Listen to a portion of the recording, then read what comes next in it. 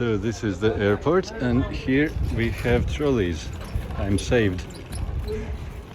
Here we see Riga 1325,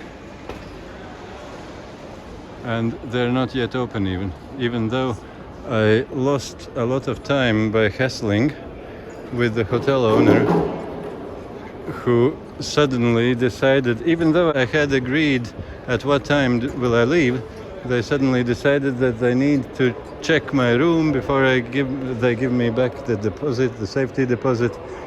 And we got some heated discussions in the last moment. I don't know how honest they were. Was it a deliberate thing that they wanted to delay this thing so that I get scared and I leave the $20 with them? Or was it just Egyptian disorganized stuff that he just didn't think about it? I'm not sure. But he gave me $20 back at the end, so all good, I have nothing against him. And I was kind of scared that I might be late, but I'm even too early. And what other thing happened was that the taxi driver, of course, was also Egyptian. And we agreed 9:30. And he wasn't there 9:45 already. And I was calling him and he was still sleeping. He didn't know what's the story, why I'm calling him. But he came, he even apologized. He was such a nice man. He was such a kind person. He just didn't understand how to deal with these clocks and times, which is always difficult in Egypt. Any kind of timekeeping is always a big problem. So that's why it's easy and nice if we can just relax in Egypt, but not to plan anything related to time.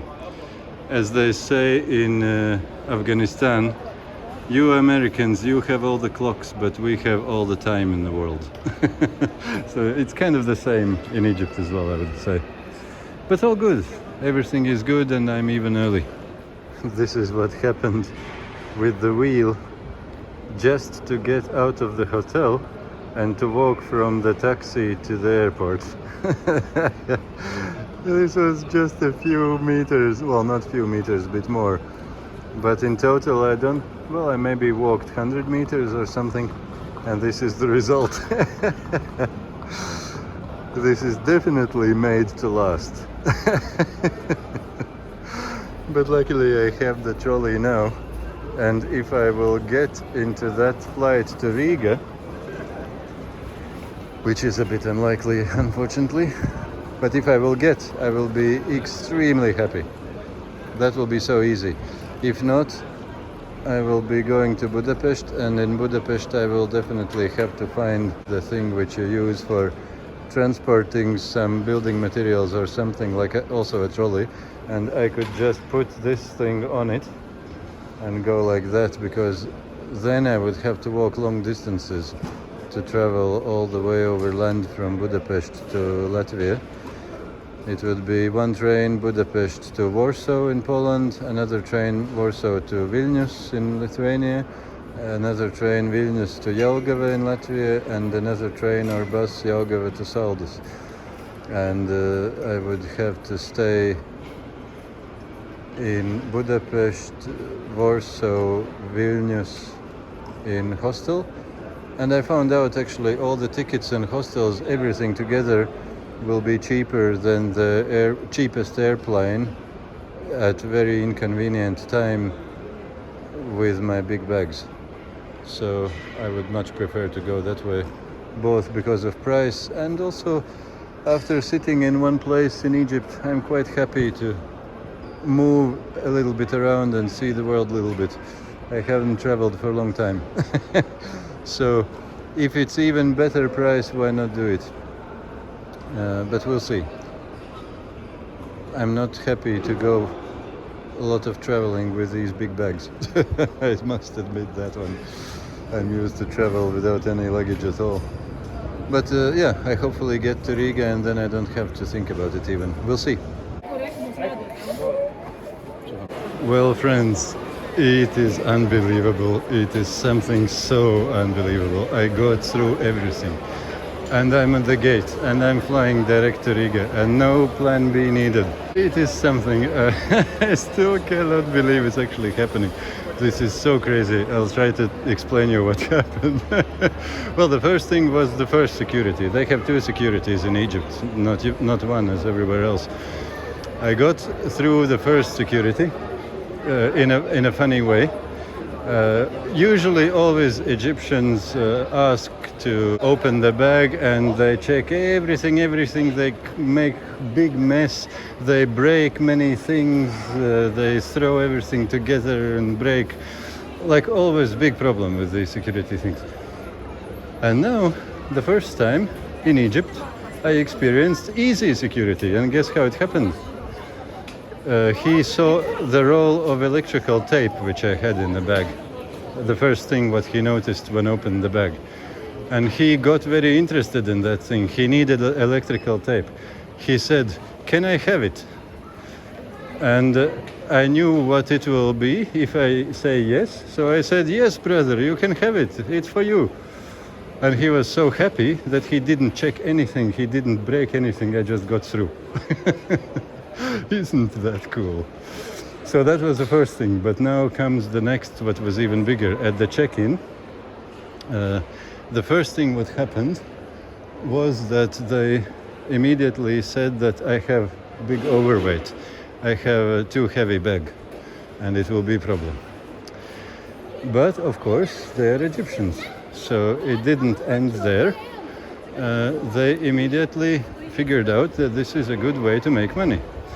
And also they were very friendly, and they got even 10 times friendlier when I started to speak in Arabic with them as much as I could speak. And I even knew these towns where they came from and all these things. They were so impressed that they wanted to help me. But of course, they're Egyptians, they also want some money. And they figured out it's a good way. So he put my suitcase, the big bag, on the belt where the weighing scales are, and he rolled the belt a little bit further, so half of the bag is sitting on the edge already, and the weighing scale is showing only half of the weight.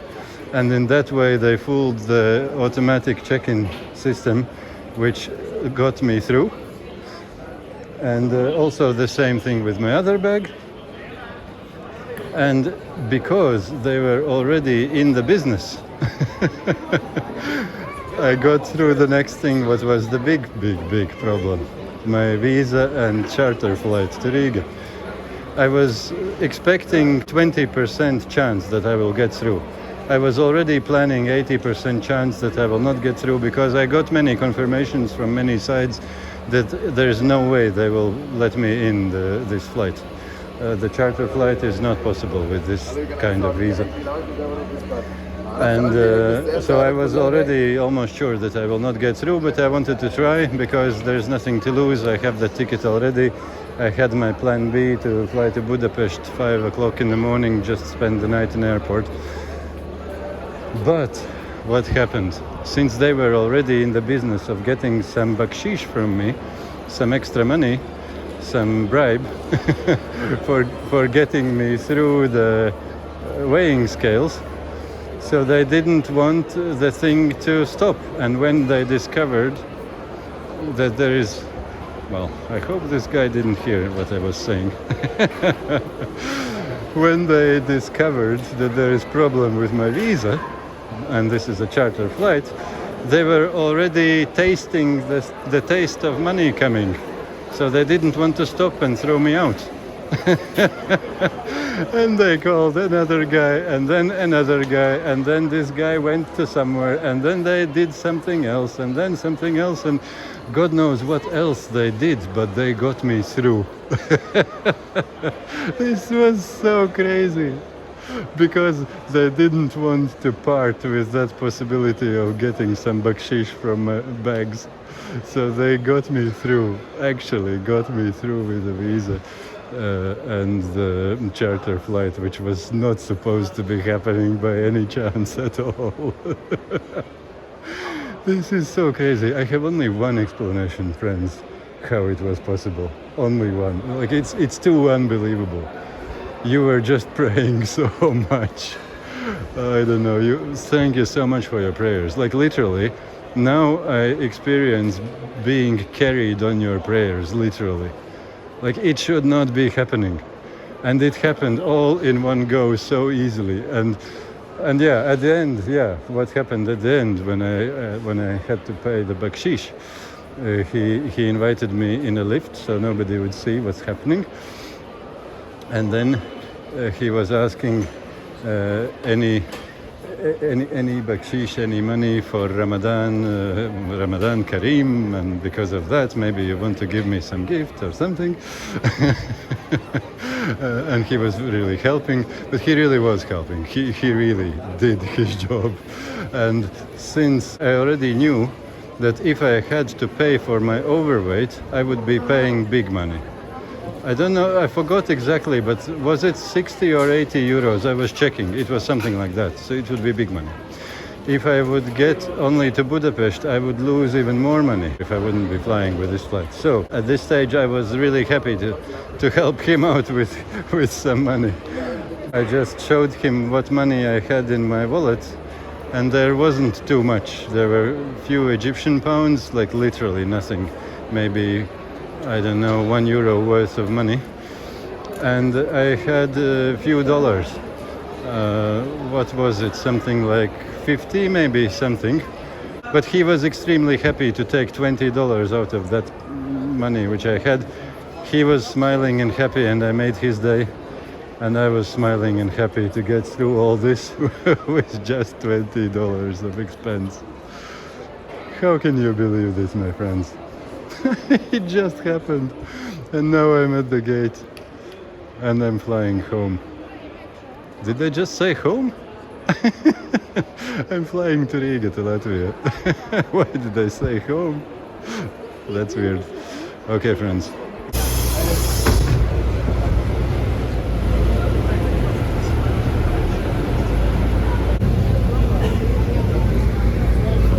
I still can't believe I got through the gate and we are actually going to plane.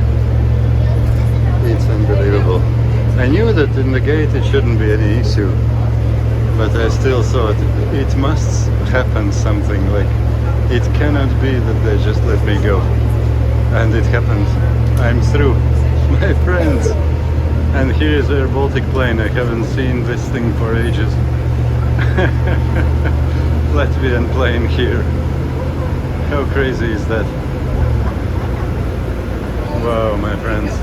I'm actually getting out from here. Indeed, indeed. Who could believe that? And in such an easy way. I'm so grateful. I'm so grateful. Oh God, this is so unbelievable.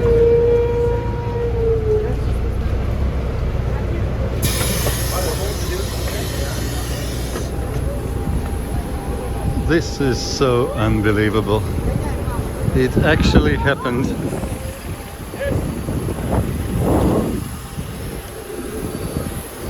And even nobody is scolding me for filming. Isn't that crazy? Is it still Egypt or it's not Egypt anymore? Wow.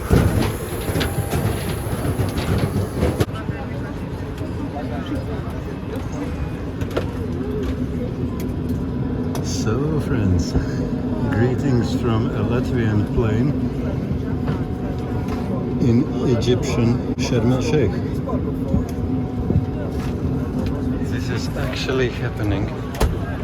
And you see even these things here in Latvian. It's in English, but in Latvian, drošības karte. I will be probably having a lot of fun seeing all the writings and notices in my own language. Haven't seen that for a very long time. Wow, this is crazy.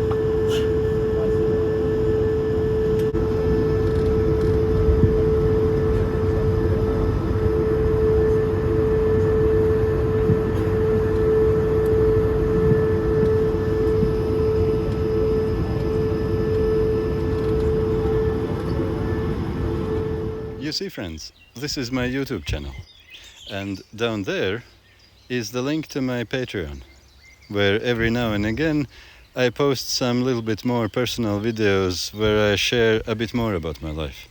I thought maybe somebody of you might be interested.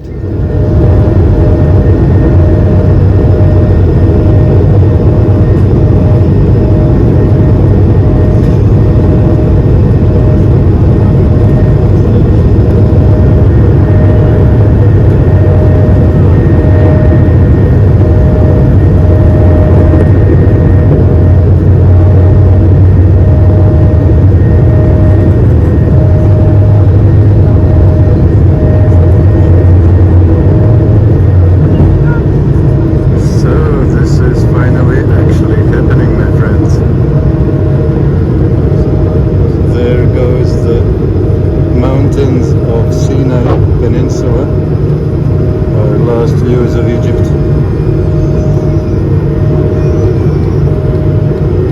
And there, down there is the land. We're turning. That's why the wing went down. Now it's going back up, so we will be going straight. Now we're still turning. Going back straight. Bye-bye, Egypt.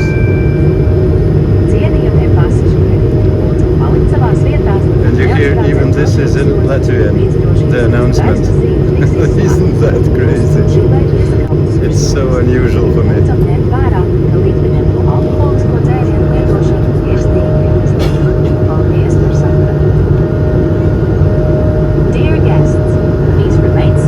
So, 5 hours hanging up in the air. And we will be landing in the very far away northern continent of Europe and in the very far northeastern corner of that continent in Latvia. I guess it will be cold there, we will see.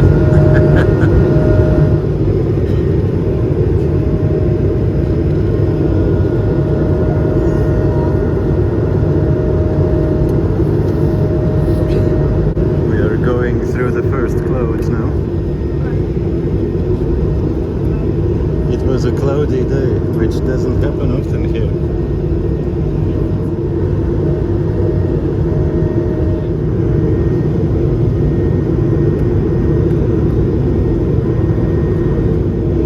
But I guess in Riga, when we will be landing, I will be able to show you more clouds. It's always cloudy there. Well, not completely always.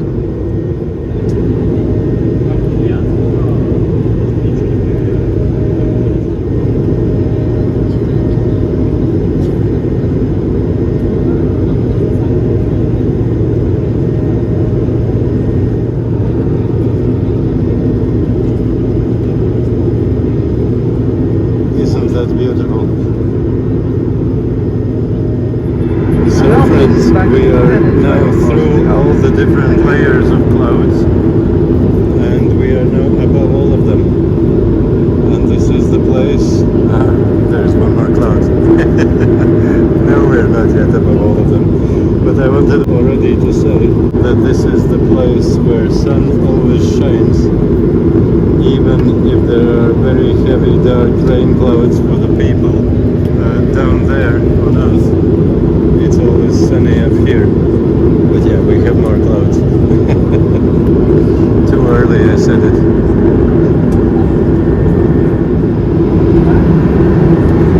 This is how it looks, all these clouds below us. And you see, only pure sunshine above us, no clouds there. This is how it looks when a bunch of people are sitting in chairs.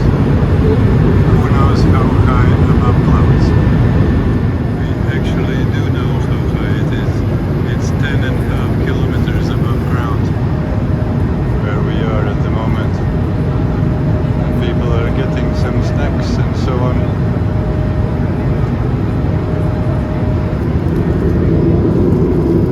And enjoying the views. We have crossed the whole Sinai Peninsula we have crossed the northern tip of the Red Sea, the Gulf of Suez, and now we have crossed also the rest of the Egypt.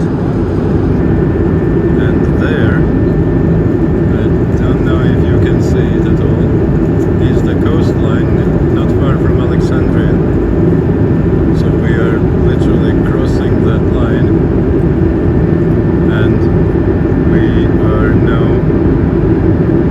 a couple moments and we will be flying over Mediterranean Sea and then further north towards Europe.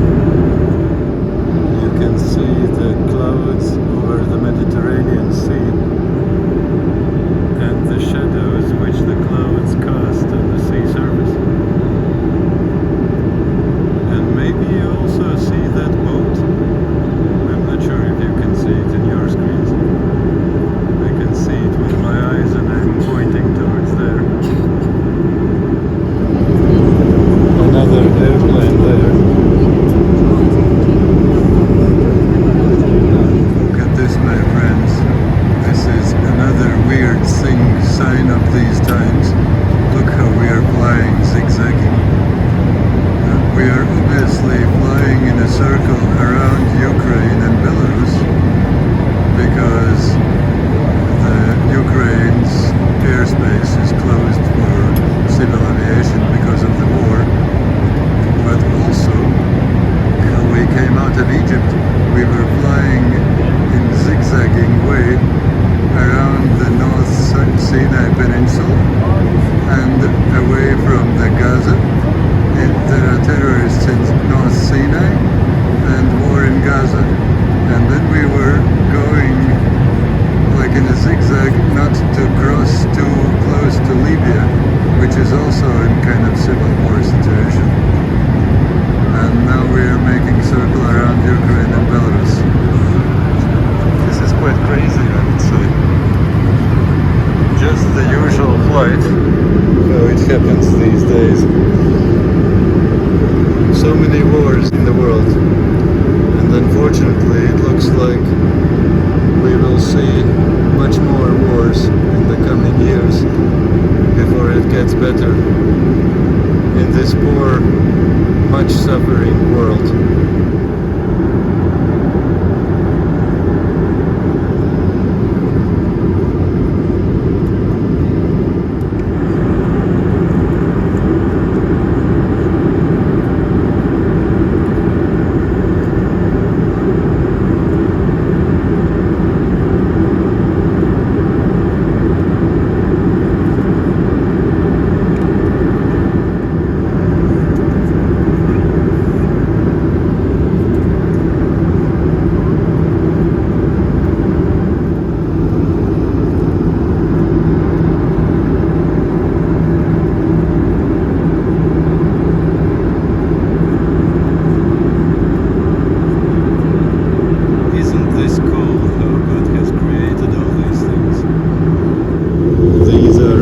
Latvian clouds. We are descending and we are going down through the clouds, and they say it's 5 degrees Celsius outdoors and a slight rain.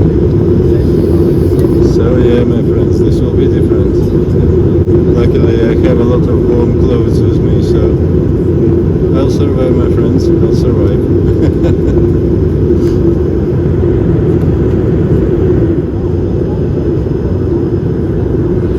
The grey rain clouds down there, not the white fluffy ones.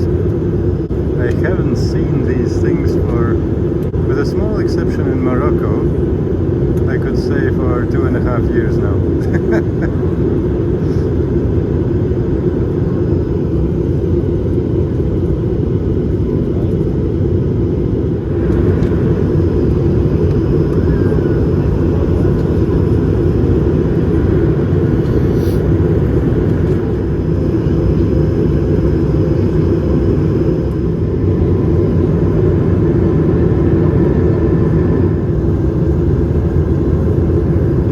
Latvian sky.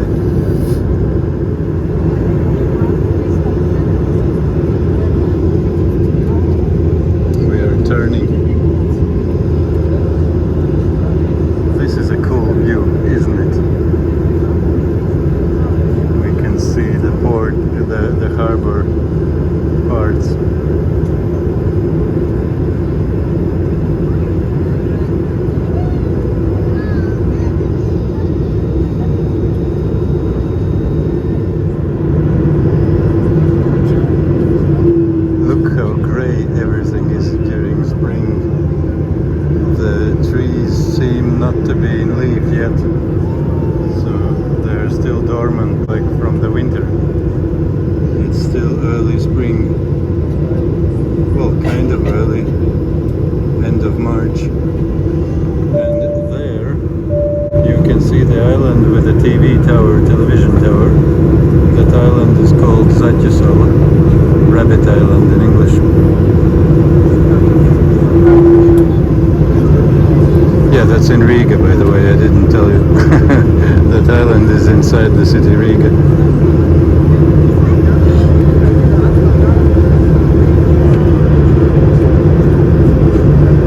And we are approaching the airport from the north side.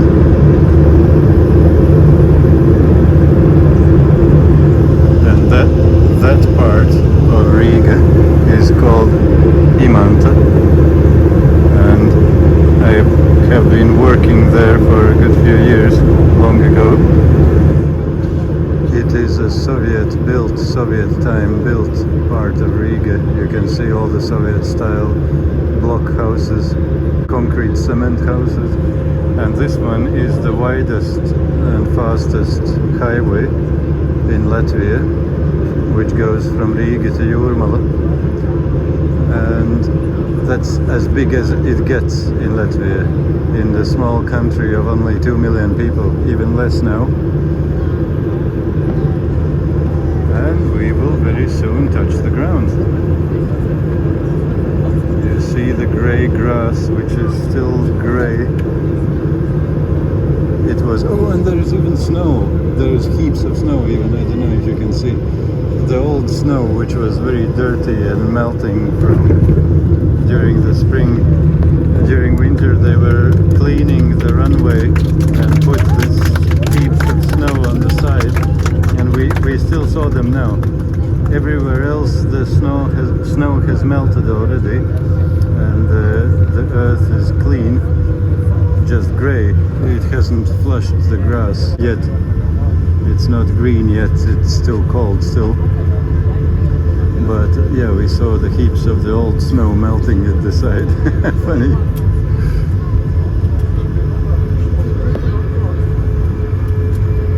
And that's the home of Air Baltic, the Latvian airline. And that one further there is Riga airport itself. And you hear announcement in Latvian language. 4 degrees outside. Oh dear. And I didn't show you that side, how grey it is. It doesn't even show on the screen how grey it is. Like a gunmetal grey. Remember to take all of your personal belongings. This side is a little bit more happy, even though far from sunny.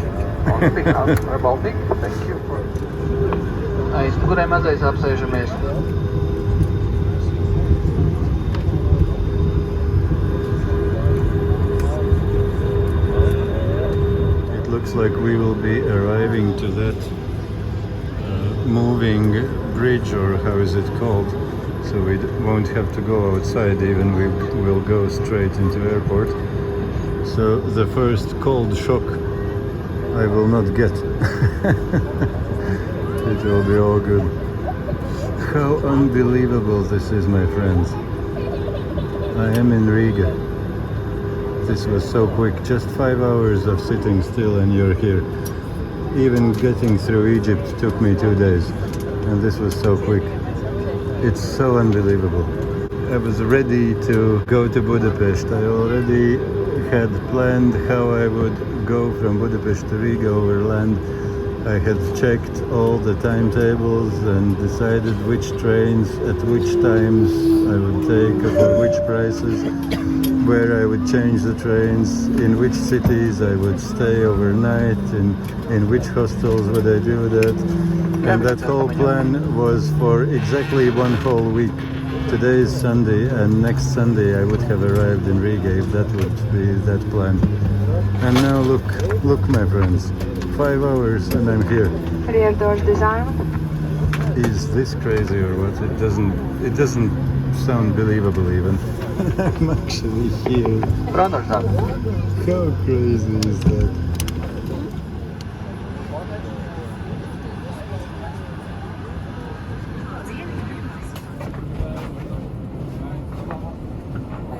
Podajecie to wrócimy?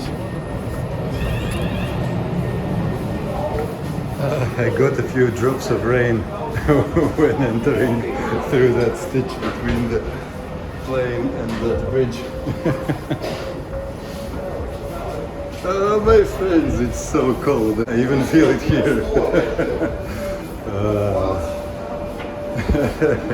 This is a different world.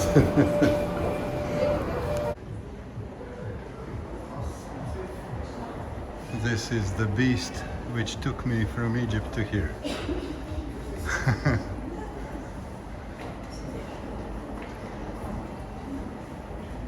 Yeah, we got here just before the sunset.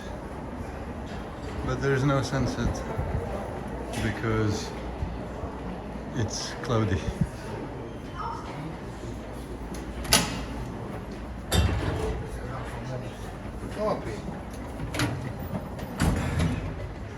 All good, everything working. It's Europe. Nothing gets stuck. And everything in Latvian. How funny is that?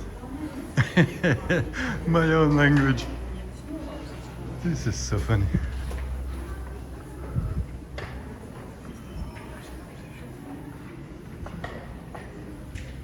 Welcome to Riga, my friends.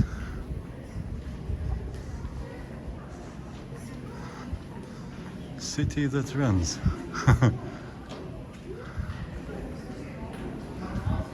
Somewhere there come our bags. Yeah, we have these things now everywhere in Europe. Automatical border control and the old type human one for European citizens on the left and everybody else on the right. And here we go, passport control.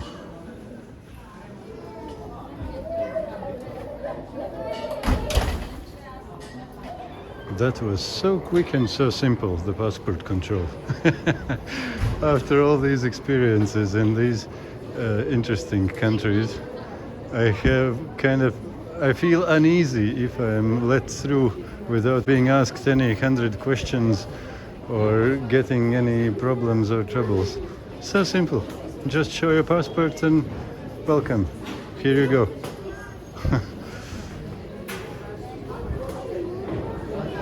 Let's see where the bags are. Look at this, my friends. I'm kind of getting proud of my people. That one is arrivals. And I haven't been very long in a country where first advertisement which you see when coming out is something like this. Latvian opera and ballet. How not to be proud of this place. Cool. Wow, the good old Riga airport.